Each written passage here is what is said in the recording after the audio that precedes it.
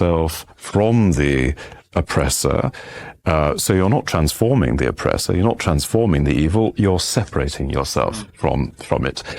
And of course, another, I'm not making a textual critical Germanic point here, but of course, the Babylonian experience is also an experience which is significant in relationship to this narrative, right? So the re-establishment of the temple in Israel after the Babylonian exile. So there's this very powerful Jewish or Hebrew narrative of separation Is that from to set evil. yourself apart? Exactly, exactly. Now, to some extent, there's a counter-Christian imagery, which is not that of separation, but as it were of integration and transformation. Now, that seems to me a very intriguing opposition of, I'm just talking about symbolism here, rather than developing that theologically. I was not brought up in the tradition you're describing. That was, for me, a one-sided, very lopsided view. And there's judgment. You take what happened to Sodom, or you take the prophets are outraged against evil. Or our Lord, the tomb of Lazarus, it says once he wept, and 3 times the Greek, he's furious. I don't recognize what you're saying. I was taught you should fight evil and overcome it. You were brought up more Jewish than most Jews. No, so this is, let me throw something out to the table, and I don't even know if I agree with this. It's just a notion. So first of all, we'll bookmark the overripe cantaloupe, because I wouldn't stand for that. So that's proof of your argument here, because I don't know what's wrong with you. Yeah, I mean, that kind of experiment is just unconscionable. So first I want to just have that stated clearly. But so part of the Jews being the chosen people, part of that is to bring peace, right? That's part of being the chosen people. Is that right? I think ultimately there's peace because people will come to God, and God wants us to be peaceful. But part of being the chosen people is to negotiate that with people of other faiths, right? Okay. So maybe having a different orientation toward suffering is part of the role of being the chosen people, to keep calling attention when Christians are being, perhaps to a Jewish mindset, to accommodating. I like both approaches. I just wanted to illuminate that I didn't resonate to the original point of God turns everything into good. The evil remains evil. Our task is to conquer it, but you can't transform it. The tortured individual was tortured. You can't untorture the person. I agree. Jordan, we warned you yesterday, 15 minutes. Yeah, we wouldn't get beyond chapter 3. I know. Nonetheless, we haven't got to the key verse yet. there's just a phrase here I just want to reread, because I just find it so unbelievably beautiful. And that is, and the Lord said, I have surely seen the affliction of my people, which are in Egypt, and have heard their cry by reason of their taskmasters, for I know their sorrows. I mean, the claim here that the cry of the human heart, that any suffering or sorrow is present to the creator of all things is perhaps it's absurd, perhaps it's idiocy, but that's the claim here in this text right here. Something at least in us responds to that. I mean, if we're suffering, and this bears on the other point about the redemption of suffering to some degree, I mean, you do see people grow as a consequence of contact with adversarial circumstances and privation. And I know the moral issue you're dealing with here, because you don't want to justify evil by the good that it might be transformed into. That doesn't justify the evil. That was the point you asked me, or I don't know if you asked me, but you mentioned yesterday. Well, you did. You said, do I resonate to the notion that Israel was built thanks to the Holocaust? That would be a good example of what you're talking about. And I said I was horrified by the notion. Right. But you also agree that when people face adversarial circumstances, and even sometimes totally. Well, adversarial is not the same as crucifixion or a gas chamber. There's a finality to that evil. You can't grow from dropping dead. You can grow if you continue to live. There's a finality to the evil if biological death is death. Okay. once we go to the hereafter, which I'm an adamant believer in, but we can't depend on that with regard to evil. I know that God will punish Hitler. It doesn't mean I don't fight Hitler here. But I don't think I've ever heard anybody suggest otherwise. Like, at least when I was suggesting that God I agree with you. But I'm only asking, if God does turn all evil into good, why fight evil? Well, because of this fractal structure. Like, we are the sons of Adam, right? We are the mediators. We are the ones that God put as those responsible for creation. And so we have to we have to become the hands and the feet of God. We are the, right, or else how is it going to happen? And even in the story of Exodus, right? God doesn't just do it alone, right? God could have done anything. God could have just done it alone. He's like, no, I'm going to choose a man and I'm going to work through him. And then not only him, but then I'm going to have Aaron, and then I'm going to have the Levites, and then I'm going to add this body so that all of this can happen through distribution. Yeah, it's this distribution of God's power into humanity. So I think that that's the way that I see it, that we are, when we don't fight evil, then we are not participating in God's desire, in God's plan. So just because God has the capacity to correct injustice at, eschatologically, as it were, beyond death, doesn't, I suppose, license a kind of laziness in the face of injustice in the here and now.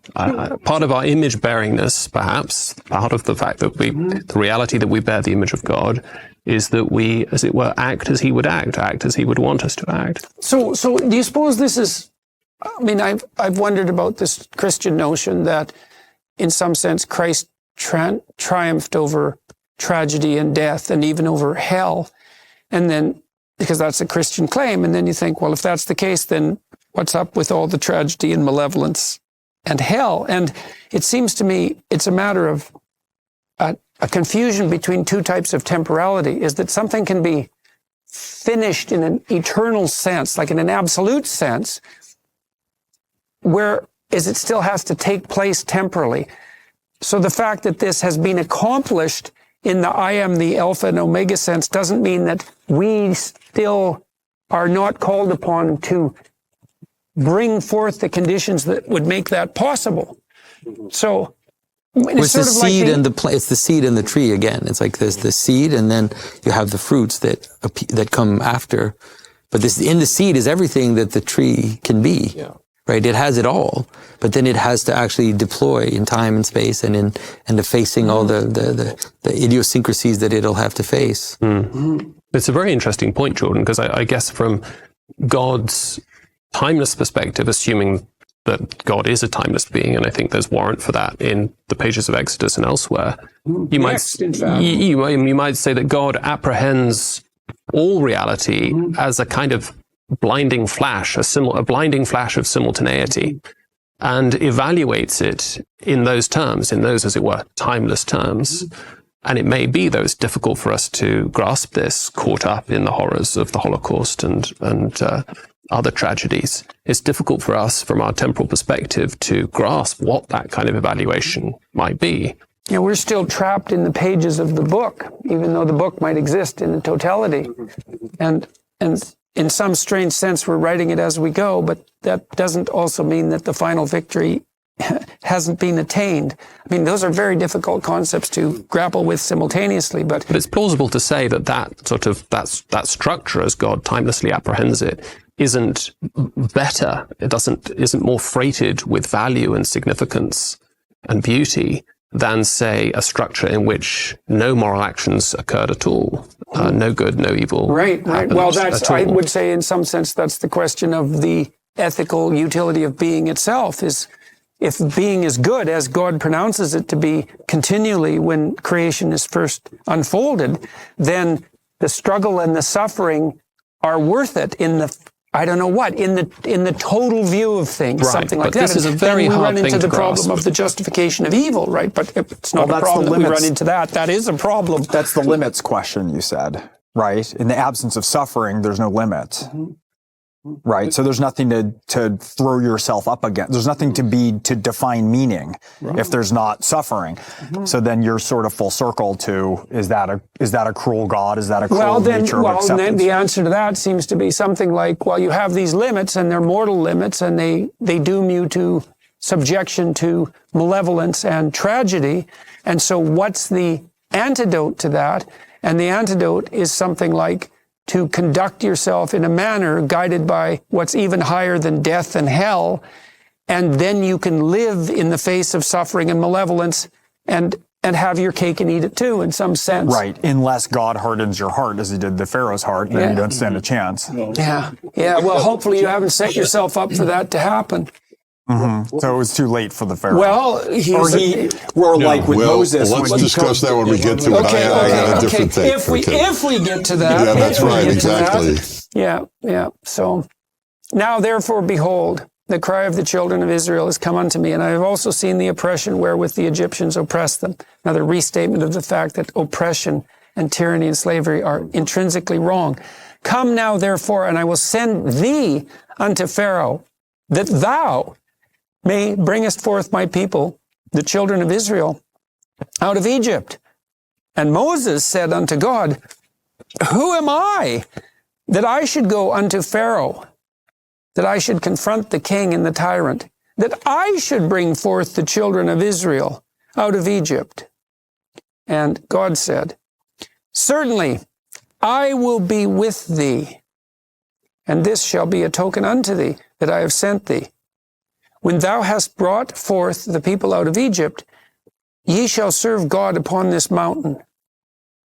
And Moses said unto God, behold, when I come unto the children of Israel, and shall say unto them, the God of your fathers hath sent me unto you, and they shall say to me, what is his name? What shall I say unto them? So we can see here that Moses is pretty perplexed and puzzled by and he's a man who's capable of shame and sees himself as lowly in relationship to the transcendent. We already know that. And so he's completely perplexed by the realization, and no wonder, that it's up to him. It's also funny. There's a little bit of overripe cantaloupe going on here too, Dennis, because it's like God has appeared, right? And God has said, I will be with you. And he's like, he's got all these objections. It's pretty funny. It's like, well, I've sort of laid this out well, and there's a burning bush, and we've had this dialogue, and he and keeps you've admitted coming back. I'm God. He's like, well, what? I don't speak that well. I mean, we're going to get to all of the, he wants to so really. is that humility or pride?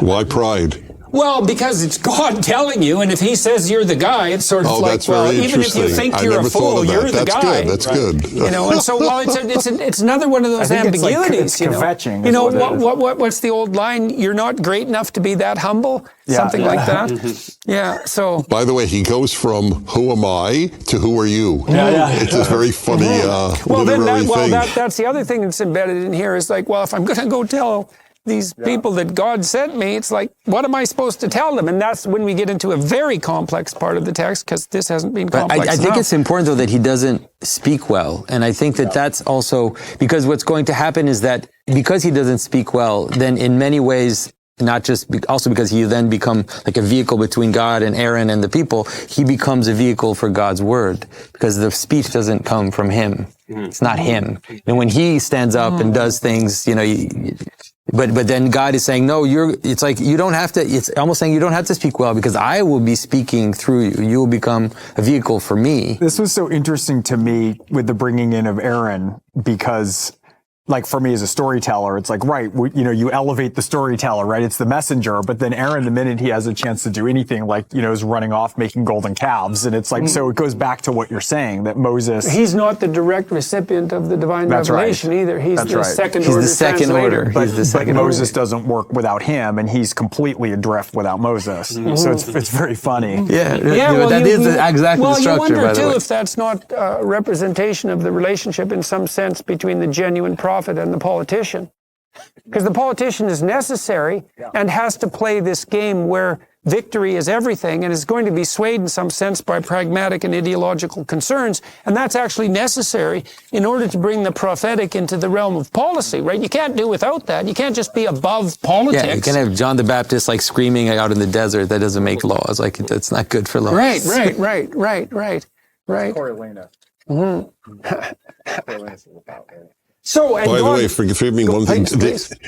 It's a very sad fact, it seems to me. We're stuck in human life. We want leaders who don't want to be leaders. That's true. That is so true. That's right. Yeah. Right? Yeah, that's right. Yeah.